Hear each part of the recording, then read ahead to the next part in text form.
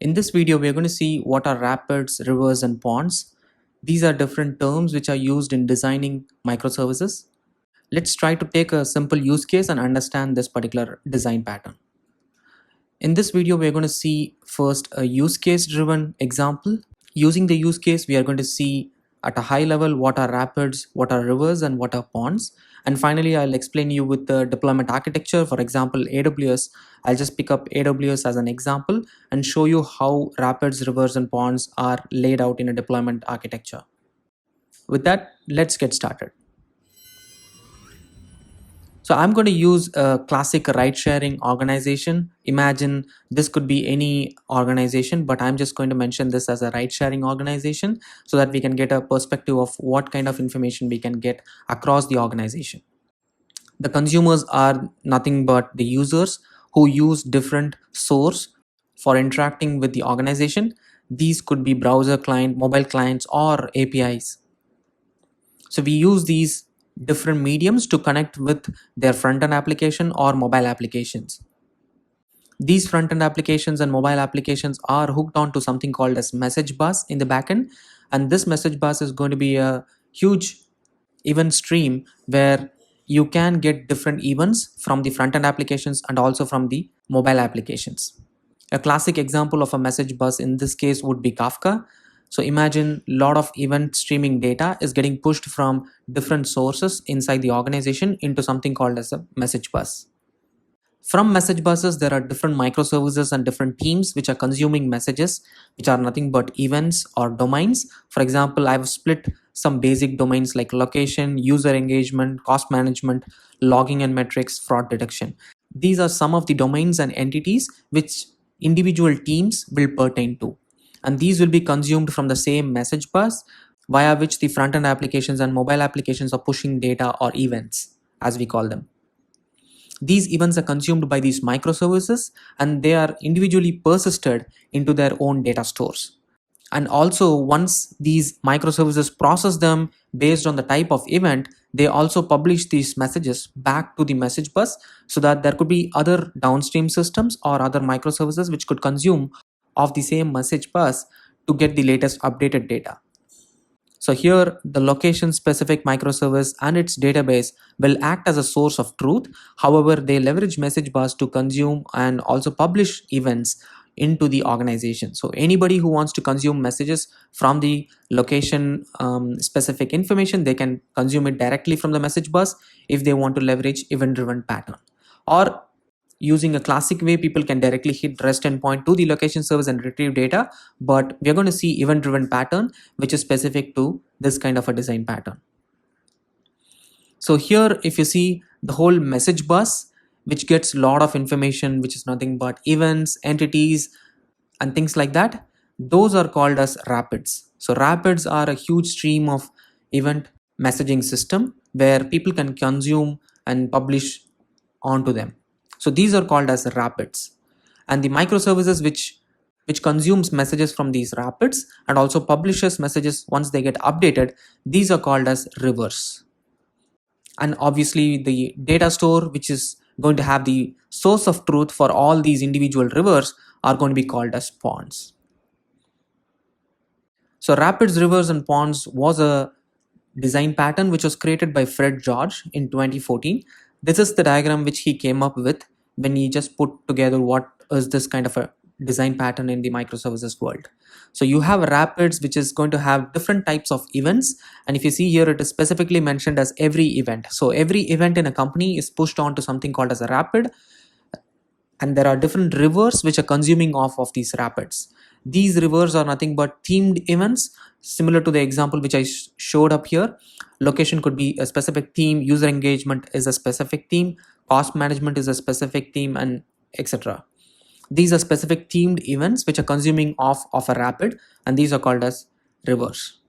And finally, there is a pond where all these specific events, these themed events, are collected and stored as a state, right? These could be present day state or it could be historical data as well. And these are specifically the events and entities which each of these rivers pertain to. So it could be a data lake or it could be a data warehouse, depending on the type of theme which we have. Now, to understand this better with the deployment architecture in AWS, I'm just going to lay out the same, but by overlaying different services which we have in AWS. You can overlay this with Azure or Google Cloud to get similar patterns. We have the same users, we have different consumers, browser, mobile-based clients, and also the API clients. They all connect to front-end applications. We don't want to discuss about more into the front-end application, but we want to discuss about the Rapids. These gets pushed into something called Amazon Kinesis. So in Amazon, we have something called Amazon Kinesis, which is similar to Kafka, but Amazon specific. And it's an Amazon proprietary messaging platform, which you can leverage for streaming data. And Amazon Kinesis fits that bill well. And from the Amazon Kinesis, we are going to push into different microservices. So we're going to leverage something called as Amazon SNS. SNS is simple notification service, which can filter out information from Kinesis and push data which pertain to some specific theme into different queues. And if you see, the Amazon SQS is nothing but simple queuing service, which helps in point-to-point communication. So you leverage SNS and SQS to have filters and also leverage the point-to-point communication. And these messages are getting consumed by different microservices which are specifically themed, which we saw earlier. And finally, these messages needs to be stored into different data stores. And I've just laid out different themed data stores. For example, location specific information, we can directly store it in DynamoDB, which is a NoSQL key value store.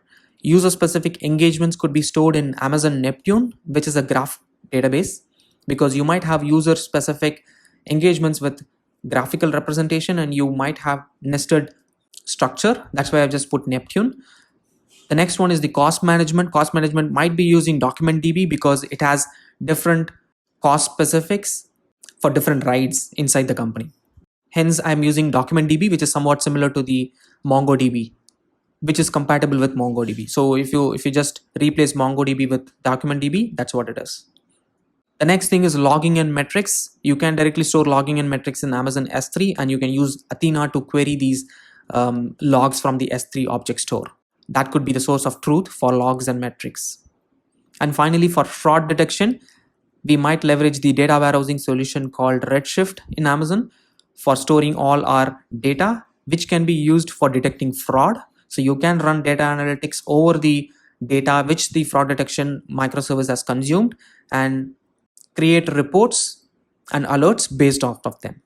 And also these location, user engagement, all these rivers or all these location microservice user engagement services, these need to feed in the data into the Amazon Kinesis so that it can be consumed by different systems.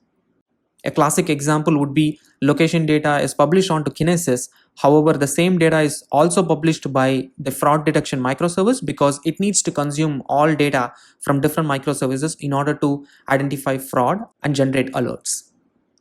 So in this diagram, the Amazon Kinesis part is called as a Rapid because it's having all information, and SNS is helping in filtering out these information and pushing on to the rivers, which are nothing but the individual microservices which are plugged into SQS because they have their themed entities or their domains.